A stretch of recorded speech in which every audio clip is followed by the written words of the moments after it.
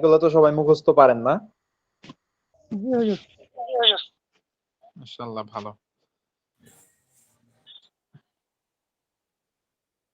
তো আজকে আমরা নামাজ ভঙ্গের কারণ সমূহ পড়ব This call ইনশাআল্লাহ। is now being recorded.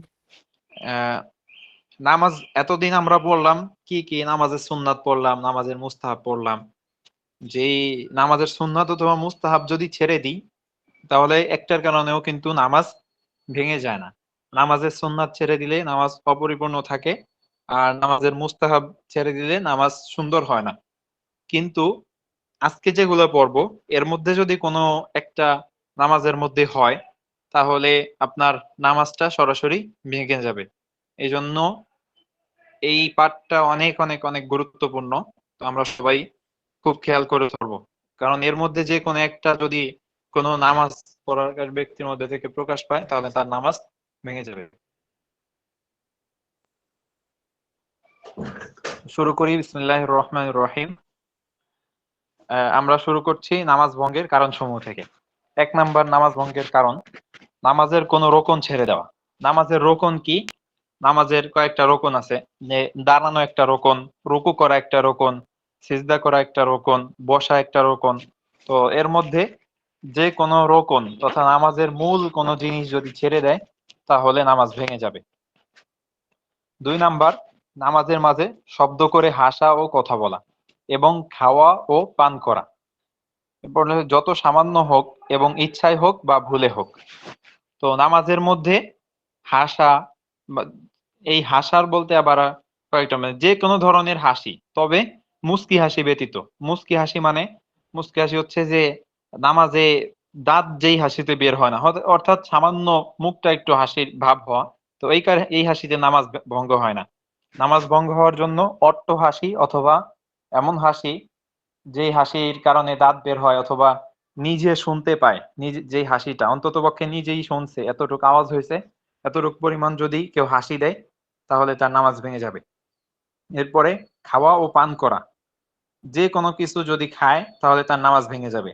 তবে আগের ক্লাসে আমরা পড়ছিলাম যে যদি তার গালের মধ্যে কোনো খাবার আটকে থাকে এবং সেই খাবারটা যদি চুনা বোটের থেকে কম পরিমাণের হয় তাহলে সেটা যদি তার গালের ভিতরে চলে যায় তাহলে তার নামাজ ভাঙবে না।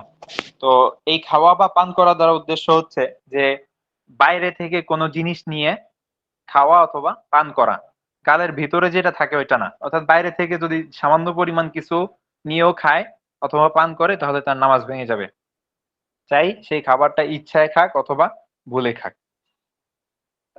2, এই জায়গায় 2 নাম্বার বলতে 3 নাম্বার, 2 বার আসছে, এই জায়গায় একটা ভুল হয়েছে। এটা মূলত হচ্ছে 3 নাম্বার, নামাজের মধ্যে আমলে কাসির করা।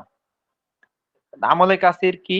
আমলে কাসির হচ্ছে, দেখেন ওই 1 নাম্বার একটা হাসিয়ে টানছে, নিচে আমলে কাসির সম্পর্কে বলছে যে আল আমালুল কাসিরু আই ইয়াগলিবা আলা যন্নিন নাজিরি ইলাইহি আন্নাহু লাইসা ফিস সালাত। যে আমলে কাসির হচ্ছে এমন একটা কাজ যে দূর থেকে যদি কোনো ব্যক্তি ওই নামাজ পড়া ব্যক্তিকে দেখে তাহলে তার মনে হবে যে সে কেমন যেন নামাজে নেই। অর্থাৎ সে নামাজের মধ্যে এমন কিছু কাজ করা যে তাকে দেখলে যেন মনে হয় যে সে নামাজের মধ্যে নাই, সে নামাজ পড়তেছে না, তার কাজের কারণে তাকে নামাজি মনে হচ্ছে না। এমন কাজ যদি করে সেই সমস্ত কাজ হলো আমলে কাসির। তা আমলে কাসির যদি কেউ করে তাহলে তার নামাজ ভেঙে যাবে। 3 নাম্বার, বিনা প্রয়োজনে কাশি দেওয়া। অর্থাৎ নামাজের মধ্যে অনেক সময় অনেকে অনেককে সতর্ক করার জন্য কাশি দেয়। অনেকে ইমাম সাহেব একটু রুকু যদি দীর্ঘ করে তাহলে ইমাম সাহেবকে কাশি দিয়ে সতর্ক করে। সিজদা যদি দীর্ঘ করে অনেকে আছে যে ইমাম সাহেবকে কাশি দিয়ে তার তাকে সিগন্যাল দেয় যে আপনার সিজদা অতিরিক্ত বড় হয়ে যাচ্ছে, আপনি সুতরাং উঠুন। তো এই ধরনের বিনা প্রয়োজনে যদি নামাজের মধ্যে কাশি দেয় অথবা সাংকেতিক যে কোনো শব্দ করে তাহলে তার নামাজ ভেঙে যাবে। 4 নাম্বার, ব্যথা বা বিপদে অস্থির হয়ে উহ আহ শব্দ করা। অর্থাৎ নামাজের মধ্যে তার সে কোন আঘাত পেয়েছে এমন যদি হয়, তো আঘাত পেয়ে যদি ব্যথা পেয়ে যদি জোরে নামাজের মধ্যে উহা শব্দ করে তাহলে তার নামাজ ভেঙে যাবে। কিংবা শব্দ করে কাঁদা, অথবা যদি নামাজের মধ্যে শব্দ করে কান্না শুরু করছে, তো নামাজের মধ্যে যদি শব্দ করে কান্না শুরু করে দেয় তাহলে নামাজ ভেঙে যাবে। তবে এই জায়গায় আরেকটু বিপরীত আছে যে আল্লাহর ভয়ে বা জান্নাত জাহান্নাম স্মরণ হলে নামাজ ভঙ্গ হবে না। তদ্রূপ অসুস্থ ব্যক্তি যদি কাতর ধ্বনি রোধ করতে না পারে তাহলে নামাজ ভঙ্গ হবে না।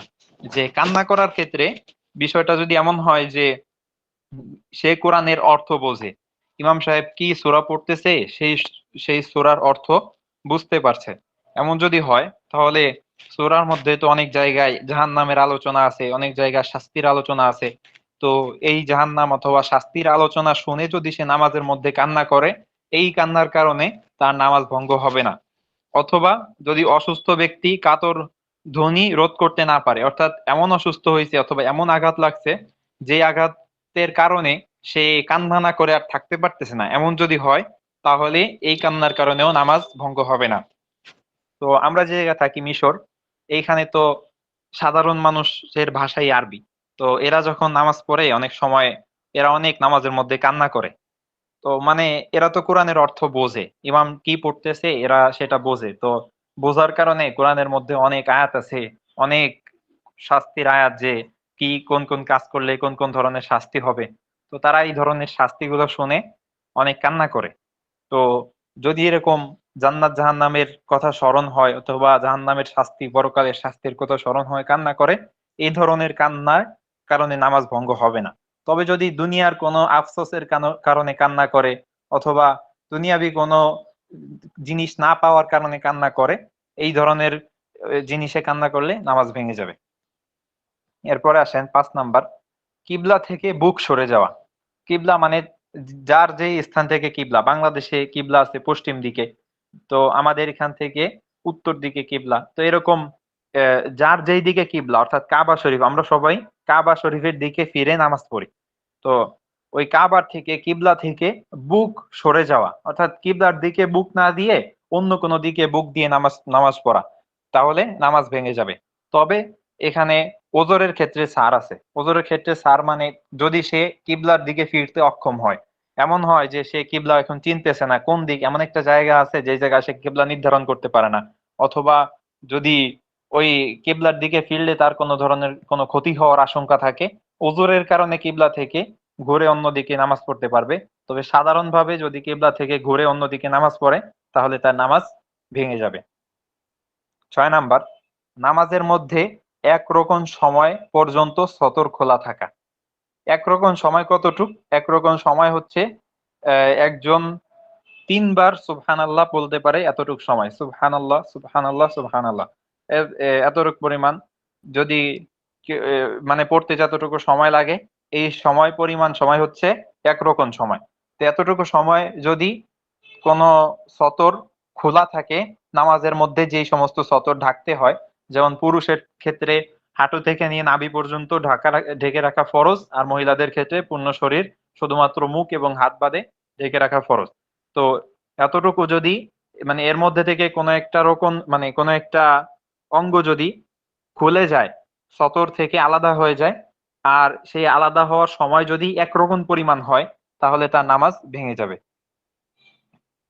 কিংবা শরীরে কাপড় বা নামাজের স্থানে নাজাসাত লেগে থাকে, অথবা যেই নামাজ যেই জায়গায় পড়তেছে ওই জায়গায় নাপাকি আছে, অর্থাৎ আমি এক জায়গায় নামাজ পড়তেছি ওই জায়গায় যদি নাপাকি থাকে, অথবা কারো শরীরে যদি নাপাকি লেগে থাকে, তো এমন যদি হয় তাহলে তার নামাজ ভেঙে যাবে।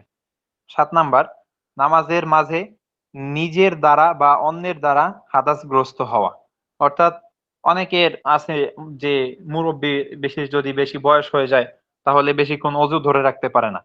তো নিজের দ্বারা অথবা অন্যের দ্বারা হাদাসগ্রস্ত হওয়া, নিজের দ্বারা হাদাসগ্রস্ত হওয়া বলতে কারো যদি কোনো পায়খানা প্রস্রাবের হাজত নামাজের মধ্যে চলে আসে, এরকম যদি তার মাধ্যমে অজু যদি ভেঙে যায়, অথবা অন্যের দ্বারা হাদাসগ্রস্ত হওয়া মানে অন্য যদি অন্য আরেকজন ব্যক্তি কোন নাপাকি তার গায়ে যদি লাগিয়ে দেয়, এমন ভাবে, তো যে কোনো ভাবে নিজের দ্বারা অথবা অন্য দ্বারা যদি এই নামাজের মধ্যে সে হাদাসগ্রস্ত মানে নাপাকি হয় তাহলে তার নামাজ ভেঙে যাবে। 8 নাম্বার, নামাজের মাঝে পাগল বা বেহুশ হয়ে যাওয়া। যদি নামাজের মাঝে কেউ পাগল হয়ে যায় অথবা বেহুশ হয়ে যায় তাহলে তার নামাজ ভেঙে যাবে। 9 নাম্বার, ফজরের নামাজে সূর্য উঠে যাওয়া। ফজরের নামাজের সময় যদি এমন হয় যে সময় শেষ হয়ে গেছে কিন্তু ফজরের নামাজ পূর্ণ করতে পারেনি, তার আগেই সূর্য উঠে গেছে, তাহলে এমন যদি হয় তাহলে তার নামাজ ভেঙে যাবে। এরপরে ঈদের নামাজে জাওয়ালের সময় হয়ে যাওয়া। ঈদের নামাজে জাওয়ালের সময় মানে জাওয়াল অর্থাৎ আমরা যেই সময়টা জোহরের নামাজ পড়ি ওই সময়টাকে বলা হয় জাওয়ালের সময়। জোহরের ওক্ত যখন শুরু হয় অর্থাৎ 12টার দিকে, প্রায় হ্যাঁ 11:30 অথবা 12টার দিকে জাওয়ালের ওক্ত আসে। তো সময় ভেদে পরিবর্তন হয়। তো ওই জাওয়ালের ওক্ত যদি চলে আসে, জাওয়ালের সময় যদি হয়ে যায়, যেমন যদি ঈদের দিন 12টা বেজে যায়, দিন 12টা বেজে গেছে, তাহলে ওই সময় ওই দিনে আর ঈদের নামাজ পড়া যাবে না। তো ঈদের নামাজে জাওয়ালের সময় হয়ে যাওয়া এবং জুমার নামাজে আসরের সময় হয়ে যাওয়া। জুমার নামাজে আসরের সময় হয়ে যাওয়া মানে জুমার সময়, জুমার নামাজের ওক্ত হচ্ছে জোহরের যেই ওক্তটা জুমার নামাজেরও একই ওক্ত।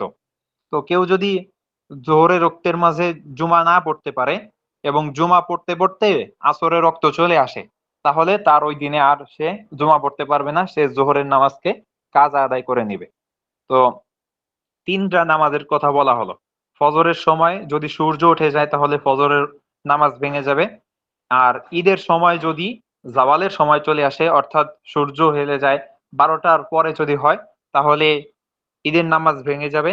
আর জুমার নামাজ পড়তে পড়তে যদি আসরের রক্ত চলে আসে, তাহলে জুমার নামাজও ভেঙে যাবে। আর বাকি যেই নামাজগুলো আছে, যে জোহরের নামাজ পড়তে পড়তে যদি আসরের সময় হয়, তাহলে অর্থাৎ যেমন জোহরের নামাজ কেউ যদি 2 রাকাত পড়ে, 2 রাকাত পড়ার পরে আসরের রক্ত চলে আসলো, তাহলে সে ওই 4 রাকাতই পূর্ণ করবে, তার জোহরের নামাজ আদায় হয়ে যাবে। মাগরিবের নামাজ যদি কেউ 1 রাকাত পড়ার পরে মানে আসরের 1 রাকাত পড়ার পরে যদি ঈশা রক্ত চলে আসে, তাহলেও মাগরিবের নামাজ সে পূর্ণ করবে। তাহলে মানে ঈশা রক্ত আসার কারণে তার মাগরিবের নামাজ ভাঙবে না। শুধুমাত্র ফজর, ঈদের নামাজ এবং জুমার নামাজ এই তিনটা ক্ষেত্রে যদি অন্য ওক্ত চলে আসে, তাহলে তার নামাজ ভেঙে যাবে। 10 নাম্বার, তায়াম্মুমকারীর পানি পাওয়া এবং পানি ব্যবহারে সক্ষম হওয়া। একজন ব্যক্তি তায়াম্মুম করেছে, কি কারণে করেছে? যে সে পানি পাচ্ছে না, পানি ব্যবহার করতে অক্ষম, এই কারণে সে তায়াম্মুম করছে। এমন একটা জায়গায় মরুভূমির ভিতরে সে আছে, আশপাশে কোথাও পানি নেই। তো এই অবস্থায় সে তো অজু করতে সক্ষম না, সুতরাং সে তায়াম্মুম করে নামাজ আদায় করবে। তো এখন তায়াম্মুম করে নামাজে দাঁড়িয়ে গিয়েছে, দাঁড়ানোর পরে হঠাৎ একজন ব্যক্তি সে পানি নিয়ে আসছে তার কাছে। তো সে যদি এখন পানি পেয়ে যায়, তাহলে সঙ্গে সঙ্গে তার নামাজ ভেঙে যাবে, সে অজু করে পুনরায় আবার নতুন করে নামাজ পড়বে। অথবা পানি ব্যবহারে সক্ষম হওয়া। পানি ব্যবহারে সক্ষম হওয়া দ্বারা উদ্দেশ্য হচ্ছে যে কোনো ব্যক্তি যদি তীব্র অনেক অসুস্থ থাকে, যে সে পানি ব্যবহার করতে পারছে না, তো নামাজ যে দাঁড়িয়েছে 1 রাকাত 2 রাকাত পড়ার পরে তার অবস্থা একটু ভালো হয়েছে, সে সে এখন নিজের তো অন্তরের মাধ্যমে বুঝতেছে যে না, আমি এখন যদি অজু করতে চাই তাহলে আমি এখন অজু করে নামাজ পড়তে পারবো পুনরায়। তাহলে সে যদি এইভাবে পানি ব্যবহারে সক্ষম হয়ে যায়, তাহলে সে ওই নামাজকে ছেড়ে দিয়ে নতুন করে অজু করে আবার নামাজ পড়বে। 11 নাম্বার, নামাজের মাঝে সালাম দেওয়া বা সালামের জবাব দেওয়া বা মুসাফা করা। যে কোনো ব্যক্তি নামাজ পড়ছে, ওই নামাজ অবস্থায় সে একজনকে সালাম দিল, অথবা তাকে সালাম দিলে সে নামাজ অবস্থায় যদি উত্তর দেয়, অথবা নামাজের সময় কারোর সাথে মুসাফা করে নামাজ অবস্থায়, তাহলে তার নামাজ ভেঙে যাবে। তবে ইশারায় সালামের জবাব দিলে নামাজ ভঙ্গ হবে না। ইশারায় সালামের জবাব কিভাবে দেয়? যে একজন মানুষ একজনকে সালাম দিয়েছে, সে সালামের উত্তর সরাসরি না দিয়ে নামাজের মাধ্যমে সে বোঝালো যে সে কেমন যেন তার সালাম শুনছে, এরকম যে কোনো একটা অঙ্গভঙ্গির মাধ্যমে সে বোঝালো। অর্থাৎ হালকা কোনো একটা মাধ্যমে সে একটা হয়তো বা হাতটা একটু হালকা নাড়া দিল, বা যে কোনো মাধ্যমে ইশারায় সে বোঝালো যে তার সালাম সে শুনেছে। তো এরকম যদি ইশারায় জবাব দেয় তাহলে তার নামাজ ভঙ্গ হবে না। কিন্তু সরাসরি যদি ওয়ালাইকুম আসসালাম বলে জবাব দেয়, অথবা আসসালামু আলাইকুম বলে সরাসরি সে সালাম দেয়, অথবা হাত দিয়ে মুসাফা করে, তাহলে তার নামাজ ভেঙে যাবে।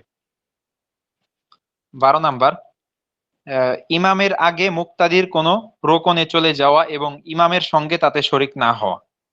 যেমন আগে রুকুতে গেল এবং ইমামের আগে রুকুতে যাওয়া, ইমামের রুকুতে যাওয়ার আগে মাথা তুলে ফেললো, এবং আবার রুকুতে গিয়ে ইমামের সঙ্গে শরিক হলো না।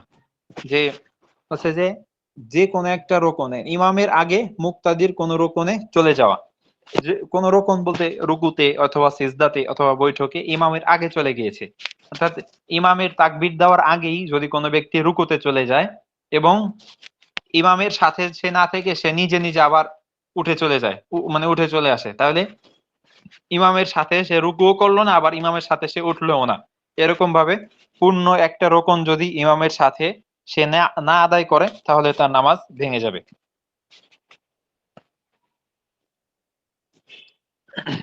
13 নাম্বার,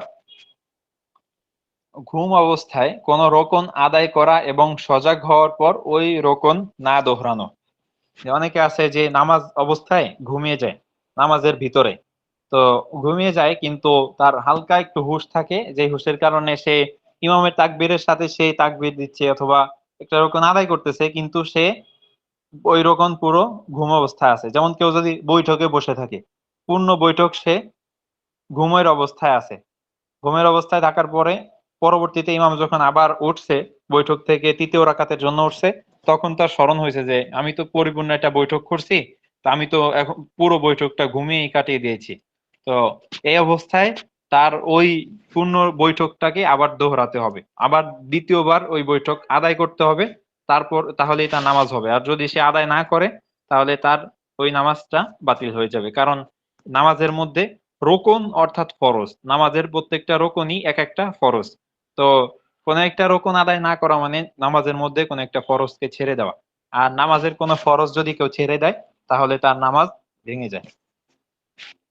তো আমরা এই 13টা কারণ পড়লাম, যে এই 13টা কারণে নামাজ ভেঙে যায়।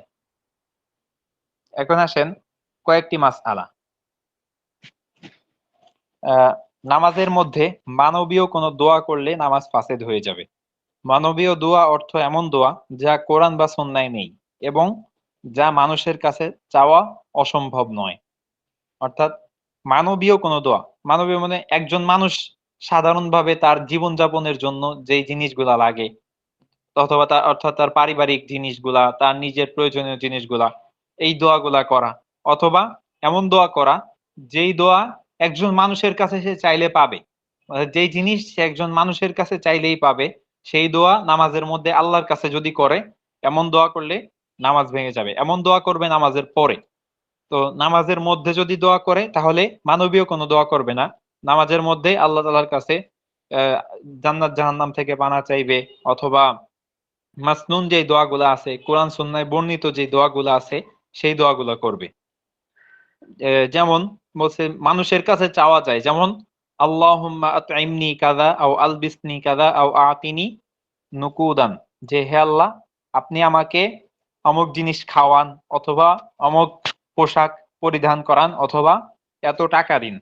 তো কোন জিনিস খাওয়ানো এটাও এটা দুনিয়ার মানুষ খাওয়াতে পারে, কোন জিনিস পরিধান করানো এটাও দুনিয়ার মানুষের কাছে চাওয়া যায়, অথবা টাকা পয়সার চেয়েছে, টাকা পয়সা দুনিয়ার মানুষের কাছে চাওয়া যায়। তো আল্লাহ তাআলার কাছে যদি নামাজের ভিতরে এমন জিনিস চায় যেই জিনিসগুলো দুনিয়ার সাধারণ মানুষের কাছে চাওয়া যায়, এই ধরনের চাহিদা যদি নামাজের মধ্যে করে তাহলে তার নামাজ ভেঙে যাবে। এই ধরনের আল্লাহর কাছে চাবে নামাজের পরে, তাহাজ্জুদের সময়, বা বিভিন্ন দোয়ার মধ্যে চাবে। নামাজের মধ্যে দুনিয়াবি কোনো জিনিস আল্লাহ তাআলার কাছে সে চাইবে না।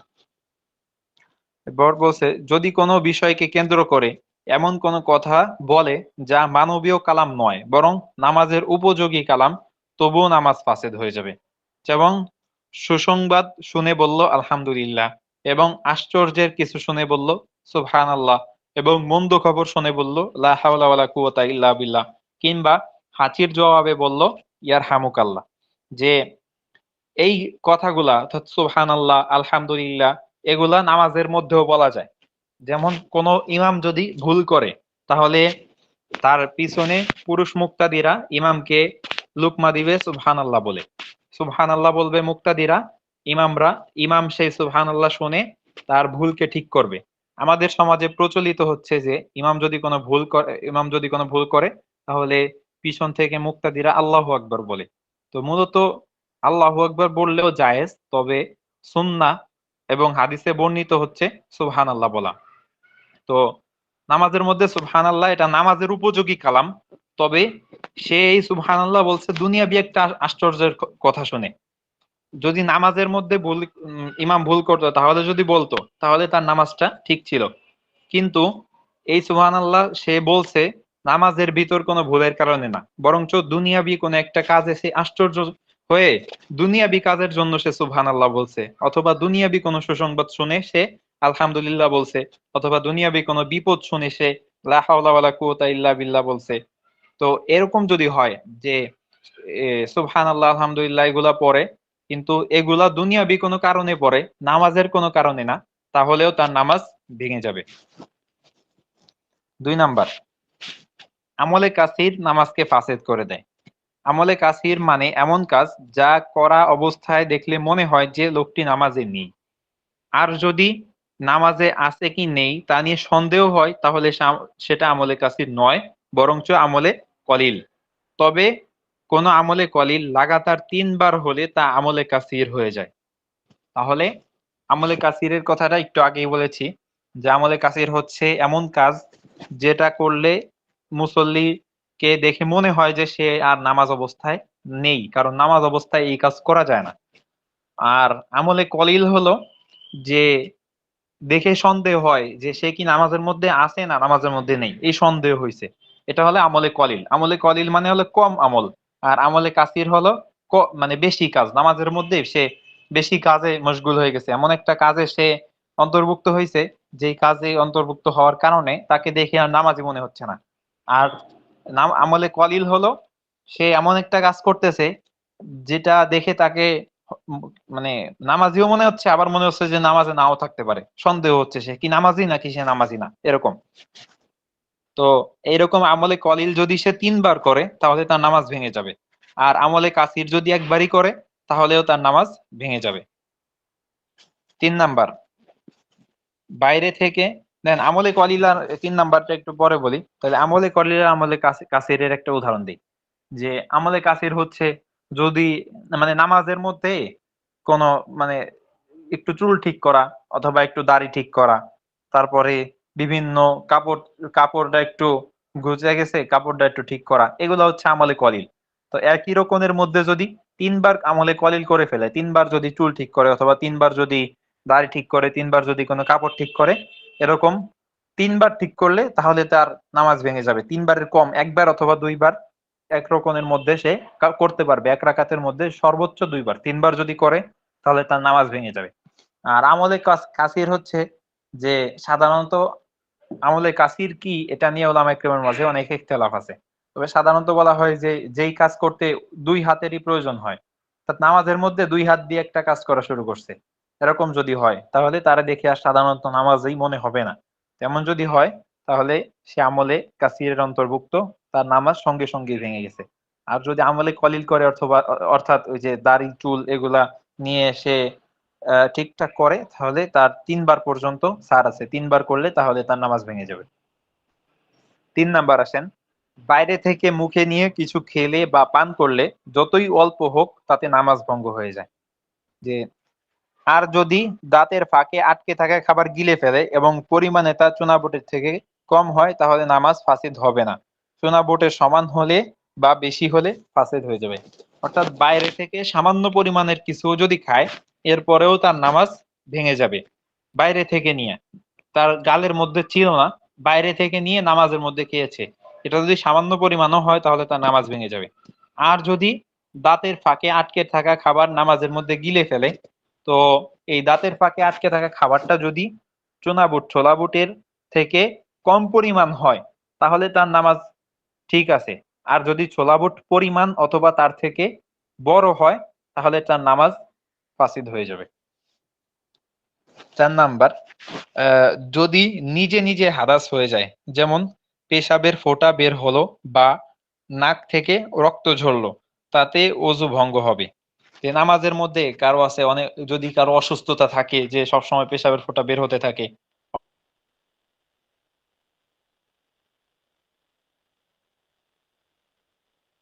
অথবা হুজুর স্ক্রিন দেখা যাচ্ছে না হুজুর। আহ, যদি নামাজের মধ্যে হঠাৎ করে নাক থেকে রক্ত বের হলো, অথবা শরীরের কোনো একটা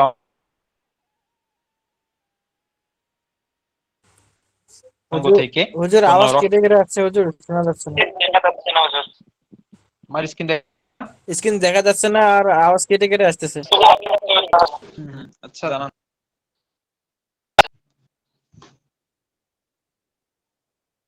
এখন দেখা যাচ্ছে স্ক্রিন?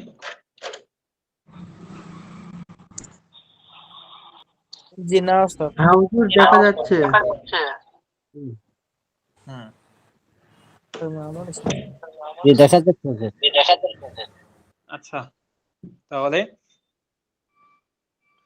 4 নাম্বার থেকে বলি তাহলে যে 4 নাম্বার যদি নিজে নিজে হাদাস হয়ে যায়, যেমন পেশাবের ফোঁটা বের হলো বা নাক থেকে রক্ত ঝরলো, তাতে শুধু অজু ভঙ্গ হবে। সুতরাং সাথে সাথে অজু করে এসে আগে নামাজের উপর ভিত্তি করে নামাজ আদায় করবে। যেমন নামাজের মধ্যে কারো যদি রক্ত বের হয়ে যায়, হঠাৎ করে নাক থেকে রক্ত পড়লো, অথবা নামাজের মধ্যে শরীরের কোন একটা অঙ্গ থেকে রক্ত বের হলো, কিন্তু সে ইচ্ছা করে রক্ত বের করেনি, অটোমেটিক শরীর থেকে বা নাক থেকে এমনি রক্ত বের হয়ে গেছে, তো এরকম যদি হয় তাহলে তার নামাজ ভাঙ্গেনি, শুধুমাত্র অজু ভাঙছে। তো সে কি করবে? সে অজু করবে নামাজের মধ্যে, অজু করে মানে নামাজ ছেড়ে দিয়ে অজু করে এসে পরবর্তী যেই অংশগুলা পায়নি সেই পরবর্তীতে নামাজ শেষে আদায় করে নেবে। যেমন মনে করেন যে 4 রাকাত বিশিষ্ট নামাজ, 4 রাকাত বিশিষ্ট নামাজে যদি কেউ 1 রাকাত নামাজ পড়ার পরে তার যে কোনো ভাবে অজু ভেঙে যায়, ইচ্ছা করে না, অনিচ্ছাকৃতভাবে তার অজু যদি ভেঙে যায়, তাহলে সে সঙ্গে সঙ্গে নামাজ ছেড়ে দিয়ে অজু করে এসে ওই নামাজেই আবার শরিক হবে। তো প্রথম 1 রাকাত তো সে পড়েছে, আর বাকি 3 রাকাতের মধ্যে সে যদি লাস্টে মানে মাঝখানে সে অজু করতে গিয়ে যদি 1 রাকাত না পায়, তাহলে ওই 1 রাকাত নামাজের পরে ইমাম সালাম ফিরানোর পরে সে পড়ে নেবে। দেখেন 4 নাম্বার তাহলে কি বললো, যে যদি নিজে নিজে হাদাস হুজুর হয়ে যায়, যেমন জি বলেন।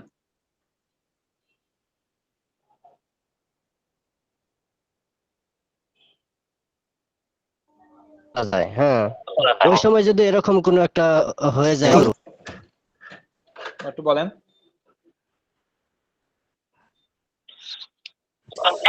যখন একা একা নামাজ পড়ি ওই সময় যদি এরকম বা কোনো কিছু এরকম হয় তাহলে কি করব? একাকী না, এটা হচ্ছে জামাতে নামাজ পড়ার ক্ষেত্রে যদি কেউ জি ই জি ই ই হয়, মানে একাকির ক্ষেত্রে কি একাকী যদি নামাজ পড়ে কেউ, তাহলে তো সে আবার নতুন করে নামাজ পড়বে, এটা তো জামাতের ফজিলতের জি জি কারণে। জি জি জি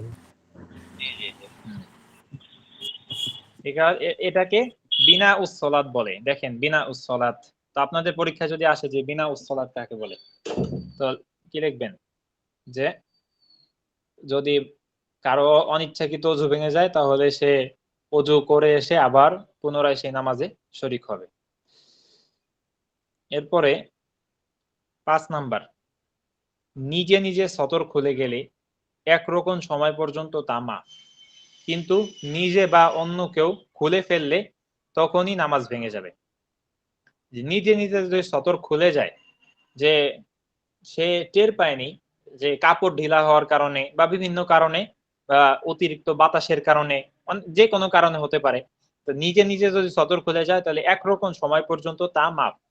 একরকম সময় কতটুকু?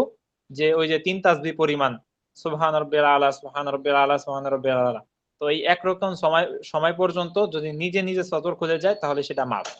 কিন্তু অন্য কেউ যদি সতর খুলে ফেলে, অথবা নিজে যদি সে তার নিজের সতর খুলে ফেলে, তাহলে সঙ্গে সঙ্গেই নামাজ ভেঙে যাবে। রোকন আদায় পরিমাণ, রোকন আদায় পরিমাণ সময় অর্থ 3 তাসবিহ পরিমাণ সময়, এই যে বলে দিয়েছে রোকন, এক রোকন সমান সমান 3 তাসবিহ পরিমাণ সময়।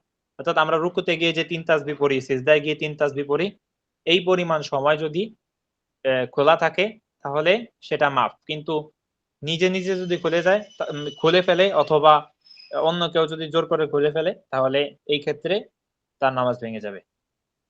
6 নাম্বার, জাল্লাতুল কিরাআত, মুসল্লির জাল্লাতুল কিরাআত দ্বারা নামাজ ফাসিদ হয়ে যায়।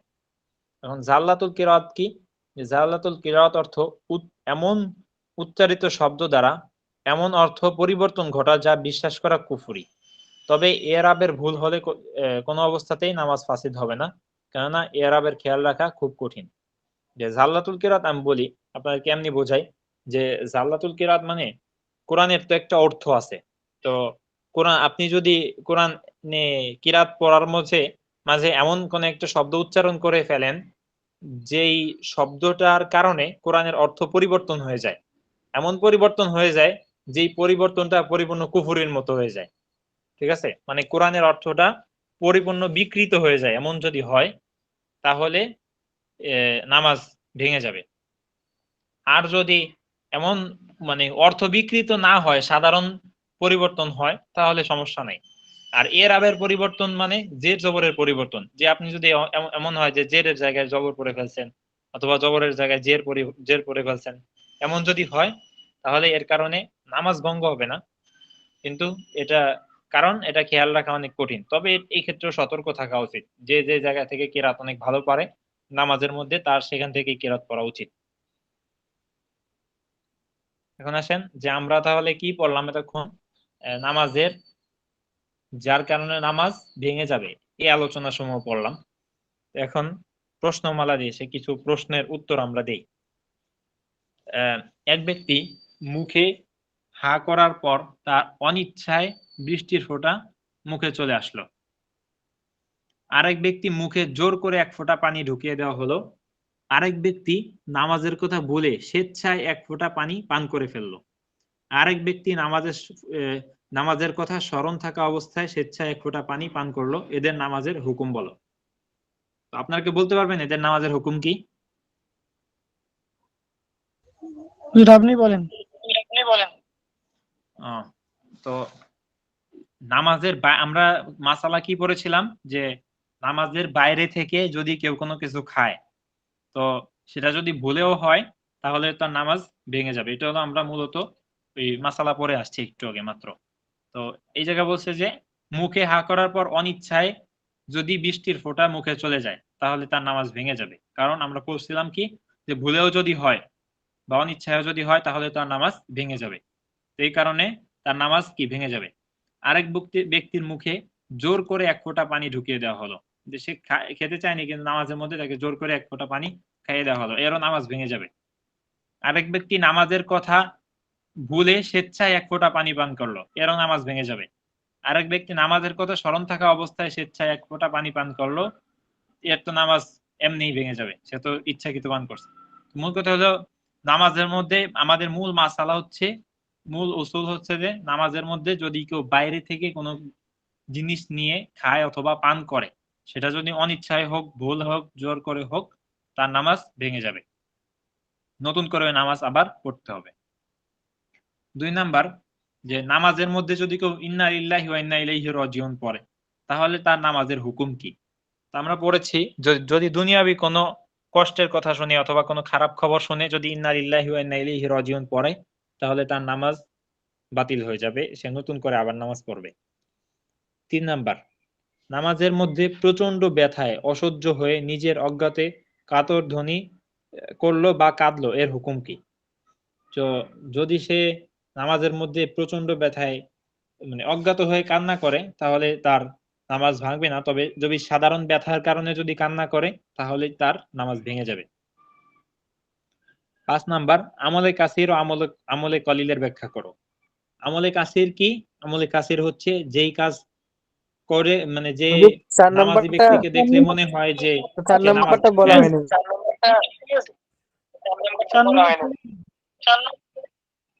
4 নাম্বারটা না, কোন কান্নায় নামাজ, ও হ্যাঁ বলছি কোন কান্নায় নামাজ ভাঙ্গে কোন কান্নায় নামাজ ভাঙ্গে না বলো। তো কোন কান্নায় নামাজ ভাঙ্গে, যে যেই সমস্ত কান্না এই যে দুনিয়াবি কারণে হয়, যে সাধারণ ব্যথার কারণে অথবা যদি দুনিয়াবি কোনো কষ্টের কারণে যদি নামাজের মধ্যে কান্দে বা দুনিয়াবি কোনো কারণে যদি কান্না করে, যে কারণেই হোক, তো এই কান্নার কারণে নামাজ ভেঙে যাবে। আর যেই কান্নাটা জান্নাত জাহান্নামের ভয়ে হয় অথবা শাস্তির মানে আখেরাতে শাস্তির কথা শুনে হয়, এই ধরনের কান্নায় নামাজ ভাঙবে না। 5 নাম্বার, আমলে কাসির ও আমলে কলিলের ব্যাখ্যা করো। আমলে কাসির কি, আমলে কলিল কি? আমলে কাসির হচ্ছে যে যদি কোনো ব্যক্তিকে দেখে মনে হয় যে সে নামাজে নেই, সে নামাজ পড়তেছে কিন্তু তাকে দেখে মনে হচ্ছে যে সে নামাজে নাই, এমন যদি হয় তাহলে এটা হলো আমলে কাসির। আর আমলে কাসিরের হুকুম কি? আমলে কাসিরের হুকুম হচ্ছে যে সে তার সঙ্গে সঙ্গেই নামাজ ভেঙে যাবে। আর আমলে কলিল কি, যে যেই কাজ করতেছে ওই মুসল্লিকে দেখে মনে হচ্ছে যে নামাজে আছে, আবার মনে হচ্ছে যে নামাজে নাই, মানে সন্দেহ হচ্ছে কি নামাজে আছে কি নাই। তো এরকম যদি হয় এটা হলো আমলে কলিল। আর আমলে কলিল যদি 3 বার করে তাহলে নামাজ ভেঙে যাবে, আর 1 বার অথবা 2 বার পর্যন্ত আমলে কলিল সার আছে। এরপরে 6 নাম্বার, একজন একই রকমে 3 বার মাথা চুলকালো, অন্যজন 3 বার আহ অন্যজন 3 রকমে 3 বার চুলকালো, তাহলে কার নামাজের হুকুম কি? তো যে ব্যক্তি একই রকমে 3 বার মাথা চুলকায় তাহলে তার নামাজ ভেঙে যাবে, কারণ আমরা পড়েছি যে আমলে কলিল যদি একই রকমে 3 বার করে তাহলে তার নামাজ ভেঙে যায়। সুতরাং একই রকমে যদি সে 3 বার মাথা চুলকায় তাহলে তার নামাজ ভেঙে যাবে। আর যদি 3 রকমে 3 বার, 3 রকমে 3 বার মানে প্রতি রকমে সে 1 1 বার করে মাথা চুলকিয়েছে, এমন যদি হয় তাহলে তার নামাজ ভাঙবে না, কারণ সে প্রতি রকমে মাত্র 1 1 বার করে মাথা চুলকিয়েছে। আর 1 বার যদি প্রতি রকমে মাথা চুলকায় তাহলে তার নামাজে কি আছে? সার আছে। প্রতি রকমে মানে প্রতি রকমে আমলে কলিল 3 বার পর্যন্ত সার আছে। আর যদি 3 বার করে ফেলে তাহলে হচ্ছে প্রতি 1 রকমে যদি 3 বার করে, মানে যেমন ধরেন না, কেউ যদি রুকুর মধ্যে 3 বার মাথা চুলকালো, রুকু একটা রোকন, অথবা সিজদার মধ্যে 3 বার মাথা চুলকালো, এরকম যদি হয়, অথবা তো মানে একই রকমে যদি সে 3 বার মাথা চুলকায় তাহলে তার নামাজ ভেঙে যাবে, কারণ আমলে কলিল সে 3 বার করেছে। আর যদি 3 রকমে 3 বার মানে এ, প্রথম রাকাতে ধরেন এ, বৈঠকের সময় সে বৈঠক বলতে রুকুর সময় সে 1 বার মাথা চুলকাইছে, দ্বিতীয় রাকাতে সে সিজদার সময় মাথা চুলকাইছে, তৃতীয় রাকাতে দাঁড়ানোর সময় সে মাথা চুলকাইছে, এরকম যদি হয় তাহলে তার নামাজ ভাঙবে না।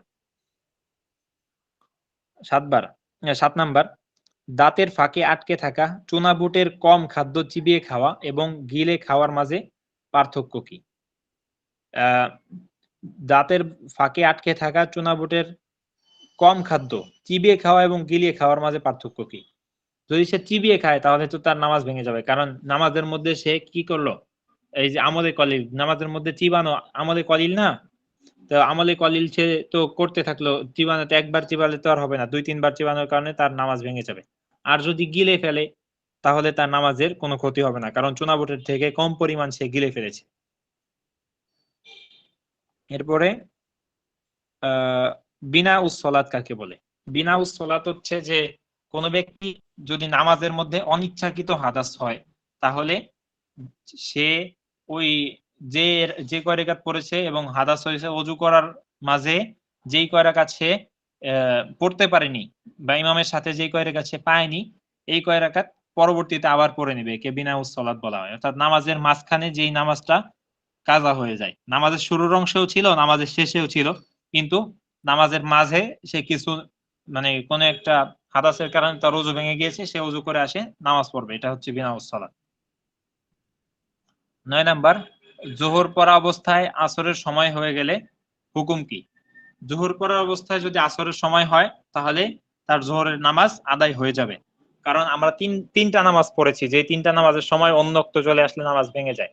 তো তার মধ্যে একটা হলো ফজর পড়া অবস্থায় যদি সূর্য উঠে যায়, আর জুমা পড়া অবস্থায় যদি আসর হয়, আর 3 নাম্বার পড়লাম যে ঈদের নামাজের ক্ষেত্রে যদি জাওয়াল হয়ে যায়, হ্যাঁ, ঈদের নামাজের ক্ষেত্রে যদি জাওয়াল হয়ে যায়। তো এই 3টা নামাজ পড়েছি আমরা। তো জোহর পড়তে পড়তে যদি আসরের নামাজের ওক্ত চলে আসে তাহলে নামাজ ভাঙবে না। এরপরে 10 নাম্বার, ইমামের আগে মুক্তাদি সিজদায় চলে যাওয়ার হুকুম কি? ইমামের আগে যদি মুক্তাদি সিজদায় চলে যায় তাহলে হুকুম হচ্ছে যে মুক্তাদি যদি ইমামের সাথেই সিজদা থেকে ওঠে তাহলে তার নামাজ ভাঙবে না, কিন্তু যদি ইমামের আগে সে সিজদায় গিয়ে আবার ইমামের আগে যদি সিজদা থেকে উঠে চলে আসে তাহলে তার নামাজ ভেঙে যাবে, কারণ সে সিজদা হচ্ছে পূর্ণ একটা রোকন, সে ইমামের সাথে পূর্ণ একটা রোকনকে বাদ দিয়ে নামাজ আদায় করছে। তেমন যদি হয় তাহলে তার নামাজ ভেঙে যাবে। এই জায়গায় 2টা সূরত হতে পারে, যে ইমামের আগে সে সিজদায় গিয়েছে কিন্তু ইমামের সাথে সে সিজদা থেকে উঠছে, এমন যদি হয় তাহলে সমস্যা নাই। কিন্তু ইমামের আগে যদি সিজদায় গিয়ে ইমামের আগে আবার সিজদা থেকে উঠে যদি যায় তাহলে তার নামাজ ভেঙে যাবে। তো এই হলো আমাদের যে আমরা যেগুলা পড়লাম যে নামাজ এই সমস্ত কারণে ভেঙে যায়, অর্থাৎ এটিগুলো কিন্তু সব থেকে গুরুত্বপূর্ণ নামাজের মধ্যে, যে বিশেষ করে সুন্নাত যদি আপনি ছেড়ে দেন, মুস্তাহাব যদি আপনি ছেড়ে দেন, তাহলে আপনার নামাজটা অপূর্ণাঙ্গ থাকা সত্ত্বেও অনেক সময় নামাজটা হয়ে যাবে। কিন্তু আপনি যদি এর মধ্যে কোনো একটা কারণ, আমরা 13টা কারণ পড়লাম এবং কিছু মাসআলা পড়লাম, এর মধ্যে যদি কোনো একটা আপনার দ্বারা হয়ে যায়, তাহলে আপনার নামাজটাই পরিপূর্ণভাবে ভেঙে যাবে। এই জন্য এই ক্ষেত্রে আমরা খুব সতর্ক থাকবো ইনশাআল্লাহ। তো সময় যেহেতু আছে, আর একটু পড়ি। নামাজের মাকরু সমূহ।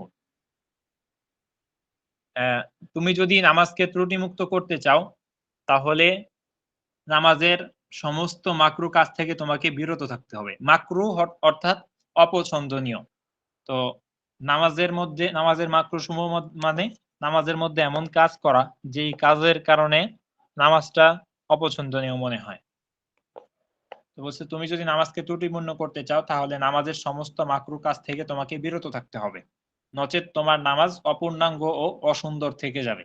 নামাজের মাকরুগুলি এই: 1 নাম্বার, কাপড় দিয়ে বা শরীরের কোনো অঙ্গ নিয়ে খেলা করা। যে কাপড় নিয়ে, নামাজের মধ্যে কাপড় নিয়ে নাড়াচাড়া করা, বা নামাজের মধ্যে চুল নিয়ে চুল মুচড়ানো, বা এই ধরনের বিভিন্ন যে কোনো অঙ্গ নিয়ে খেলা করা। 2 নাম্বার, ভদ্র সমাজে যাওয়া যায় না এমন বাজে কাপড় পরা এবং প্রাণীর ছবিওয়ালা কাপড়ে নামাজ পড়া। ভদ্র সমাজে যাওয়া যায় না এমন কাপড় পরা, যে একজন একটা কাপড় পরছে, এমন একটা কাপড় পরছে যেটা পরে সে সাধারণ মানুষের সামনেই যাইতে পারে না, এমন যদি কাপড় পরে নামাজ পড়ে, এটা পড়া মাকরু। কারণ নামাজের মধ্যে সে আল্লাহর সামনে দাঁড়াচ্ছে, আর আল্লাহ তাআলার সম্মান তো দুনিয়া আসমান সবার থেকে বেশি। তো আল্লাহর সামনে কিভাবে সে এই কাপড় পরে নামাজে দাঁড়ায়? এরপরে ছবিওয়ালা কোনো জিনিসের কাপড়, ছবিওয়ালা কোনো কাপড় পরা। তো হাদিসে আসছে যে ছবিওয়ালা কোনো জিনিস যদি কোনো ঘরে থাকে, সেই ঘরে রহমতের ফেরেশতারা প্রবেশ করে না। তো আমরা বিশেষ করে শুধুমাত্র নামাজের মধ্যে তো অবশ্যই, আর নামাজ ছাড়াও কখনো ছবিওয়ালা কোনো কাপড় পরবো না ইনশাআল্লাহ। 3 নাম্বার, আস্তিন গুটিয়ে রাখা এবং নষ্ট হবে বলে কাপড় গুটিয়ে রাখা। আস্তিন গুটিয়ে নামাজের সময় হাতা ভাঁজ করে রাখা। প্যান্ট যদি কেউ পরে, তাহলে প্যান্ট নিচ থেকে ভাঁজ করে রাখা। অনেকে আছে যে সারাদিন প্যান্ট টাকনু নিচে থাকে, শুধুমাত্র নামাজের সময় সে প্যান্টটা কাছে নামাজ পড়ে। এরকম না, নামাজের সময় প্যান্ট অথবা জামার হাতা কাঁচানো মাকরু। 4 নাম্বার, মাথা বা কাঁধে চাদর বা রুমাল ঝুলিয়ে রাখা। যে মাথায় অথবা কাঁধে চাদর অথবা রুমাল দুই পাশ দিয়েই ঝুলাই রাখে, এরপরে নামাজ পড়া মাকরু। 5 নাম্বার, তুচ্ছ স্থানে, রাস্তায় ও কবরস্থানে নামাজ পড়া। 6 নাম্বার, কারো জায়গায় তার সম্মতি ছাড়া নামাজ পড়া। 7 নাম্বার, বিনা ওজরে শুধু লুঙ্গি বা পায়জামা পরে নামাজ পড়া। শুধু লুঙ্গি অথবা শুধু পায়জামা পরে নামাজ পড়ছে, কোনো গেঞ্জি, কোনো পাঞ্জাবি অথবা কোনো শার্ট পরা ছাড়াই শুধু লুঙ্গি পরে অথবা শুধু পায়জামা পরে নামাজ পড়ছে, এটা মাকরু। 8 নাম্বার, বিনা ওজরে বা বিনা প্রয়োজনে খোলা মাথায় নামাজ পড়া। নামাজের সময় খোলা মাথায় নামাজ পড়াও মাকরু। 9 নাম্বার, বিনা ওজরে মাফ পরিমাণ নাজাসাত সহ নামাজ পড়া। নাজাসাত কি পরিমাণ মাফ, এটা এই আলোচনা যদি আপনারা না পড়ে থাকেন সামনে আসবে, যে 1 দিরহাম পরিমাণ, অর্থাৎ সামান্য পরিমাণ না নাপাক, এটা নামাজের মধ্যে যদি লেগে যায়, তাহলে অল্প পরিমাণ নাপাক হলে এটা নিয়ে নামাজ পড়লেও নামাজ হয়ে যাবে, কিন্তু এটা নিয়ে নামাজ পড়া মাকরু। 10 নাম্বার, হাত যথাস্থানে যথা নিয়মে না রাখা। যেই জায়গায় যেই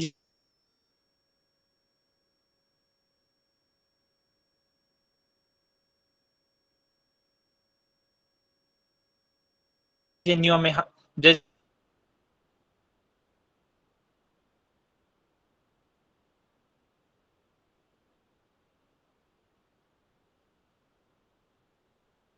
শোনা বা যাচ্ছে না। পিছনে ছবি থাকা অবস্থায় নামাজ পড়া। যে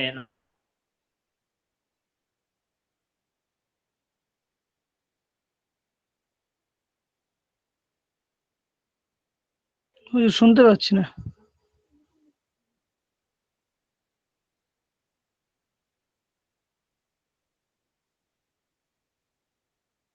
হুজুর, শোনা যাচ্ছে না।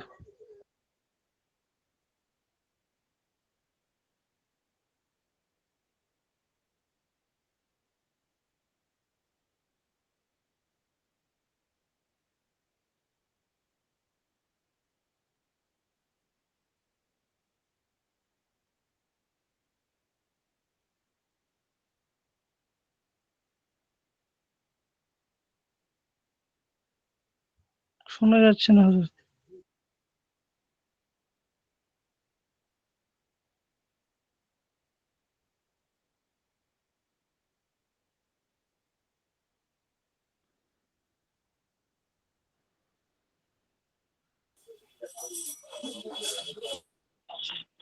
শুনতে পাইনি পড়া।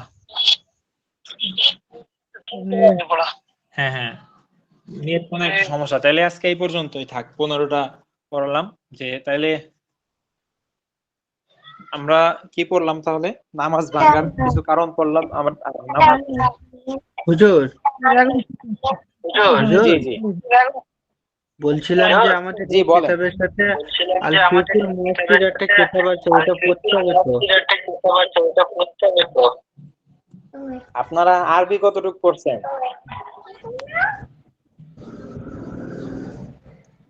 এসো আরবি শিখি। এসব এক আরবি খণ্ড শিখি শেষ হয়েছে। আর তামরিনুল কিতাবই পড়ছেন মনে হয় না? আর তামিমের কিতাব 10টা শেষ হয়েছে, আর এই আরবি শিখি এক খণ্ড।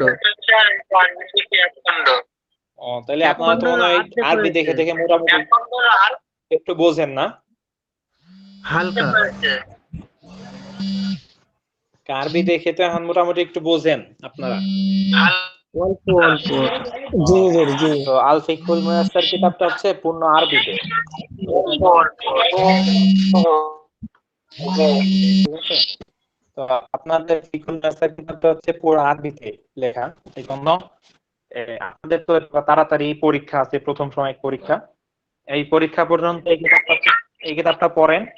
এই পরীক্ষার পর থেকে ইনশাআল্লাহ আমরা আল ফিকহুল মুয়াসসার শুরু করব, ঠিক আছে? জি হুজুর। ইনশাআল্লাহ। হুজুর হাজিরা দেবেন? এখন হচ্ছে যে আপনারা তো এখন যদি এইভাবে হ্যাঁ হ্যাঁ, মানে এইভাবে যদি পড়ায় তাহলে তো আপনারা পরিপূর্ণ বুঝবেন না। এই জন্য আমি চাচ্ছিলাম যে শেষ হোক ফিকহুল মুয়াসসার কিতাবটা, মানে এই কিতাবটা অল্প আসুক, পরে ইনশাআল্লাহ পড়ব।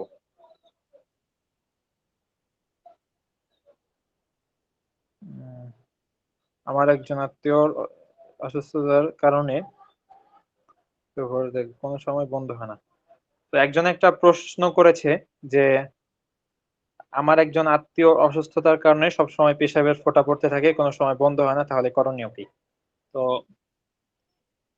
করণীয় হচ্ছে যে এখানে যদি কেউ মানে পূর্ণ একটা উক্ত জোরে যদি কখনোই বন্ধ না হয় পেশাবের ফোঁটা পড়া, তাহলে এই ব্যক্তিকে শরীয়তে মাজুর বলা হয়, মাজুর।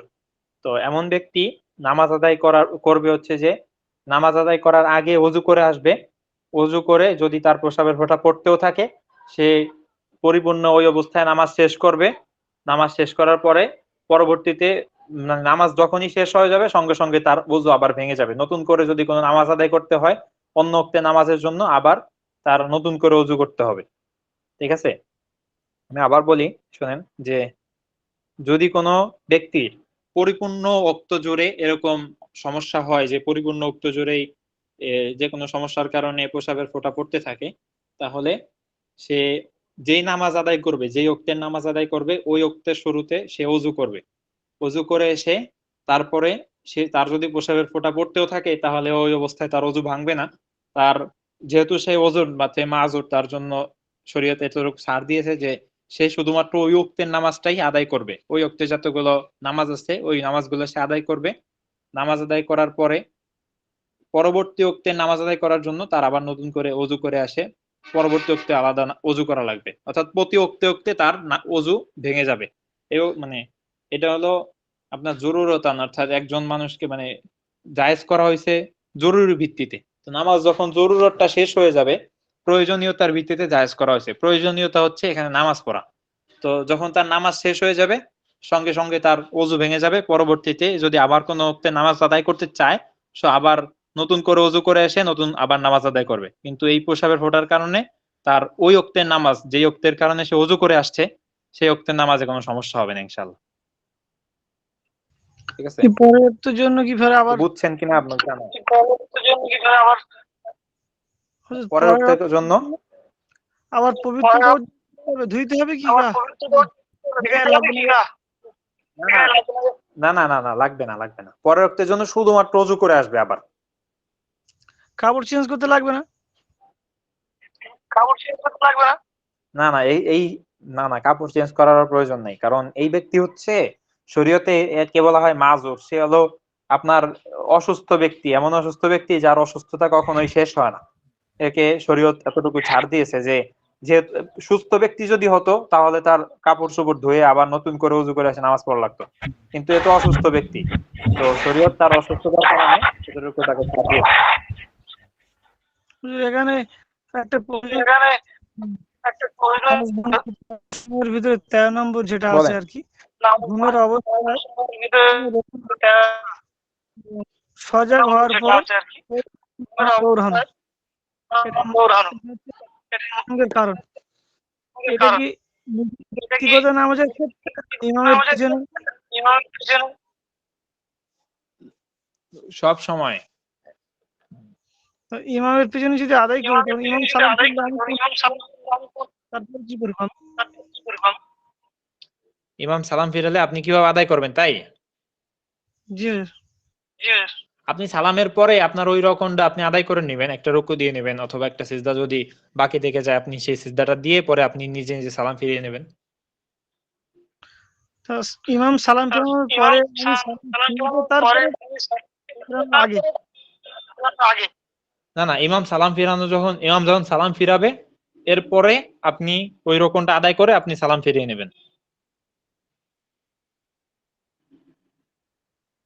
ঠিক আছে?